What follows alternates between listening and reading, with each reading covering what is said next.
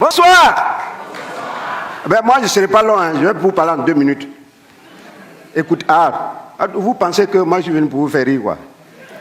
Non, écoutez. C'est vrai, d'un premier abord, dès que vous voyez un humoriste, un comédien, vous pensez que là, il vient pour faire rire. Là, je ne suis pas venu pour faire rire. Donc, restez tranquille. Bon, je tiens déjà à vous affirmer que devant vous, vous avez quelqu'un qui n'est pas allé à l'école.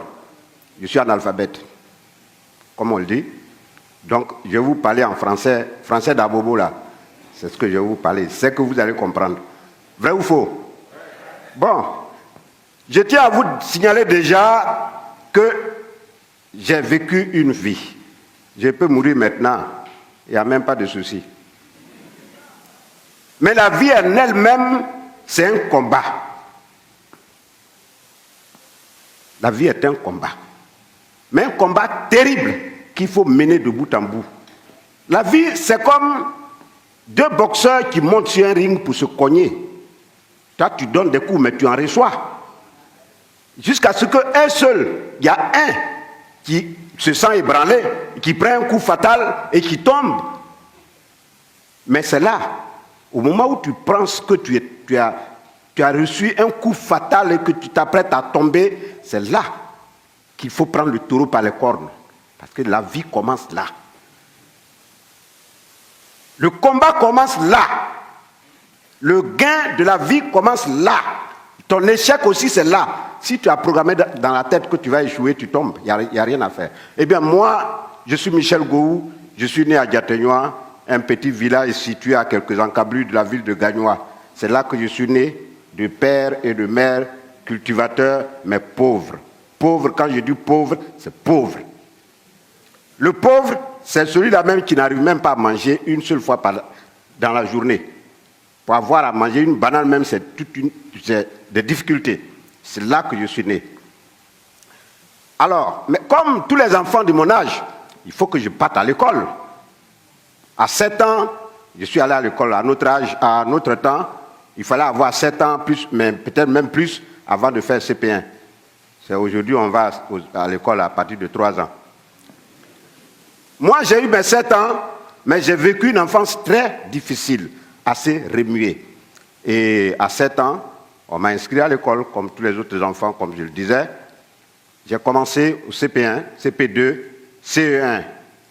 Arrivé au CE2, j'ai senti en moi une chaleur pas possible dans mon corps. C'est comme si on avait allumé du feu, comme s'il y avait un foyer dans mon corps. Mes os, je sentais que mes os se tordaient et j'étais le seul à savoir cette atrocité que je vivais.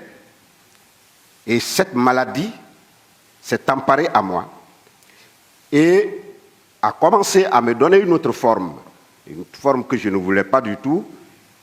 Mais je continuais quand même d'aller à l'école. C2, la maladie s'accentuait.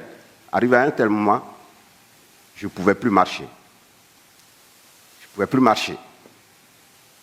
Je suis resté à la maison, aller maintenant vers les soins, parce qu'il faut guérir. Si tu n'es pas en bonne santé, tu ne peux pas aller à l'école.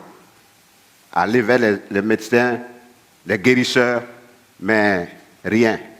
Mais j'ai tenu quand même à terminer l'année scolaire, C2. Pendant les vacances, j'ai continué à chercher la guérison. Après les vacances, il faut reprendre les cours. CM1.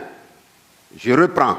Mais cette fois-ci, la maladie est descendue jusque dans les pieds. Et je n'arrivais plus à me déplacer. J'avais comme pour démarche une canne, avec la deuxième canne, ma main droite. Donc la canne, je m'appuyais sur la canne, mais pour lever le deuxième pied, je me faisais aider par le bras droit. Et c'était difficile. Et mon école était située à 1 kilomètre de mon lieu d'habitation. De l'école, de mon lieu d'habitation jusqu'à l'école, je pouvais tomber au moins 10 fois avant de me lever. J'arrive à l'école en retard, mais le maître me battait copieusement. Pourquoi tes amis arrivent à l'heure et toi tu arrives en retard? J'ai dit, monsieur, regardez ce que j'endure actuellement. Il dit, non, si je te laisse, ça va donner l'occasion aux autres élèves d'arriver en retard. Je te laisserai pas.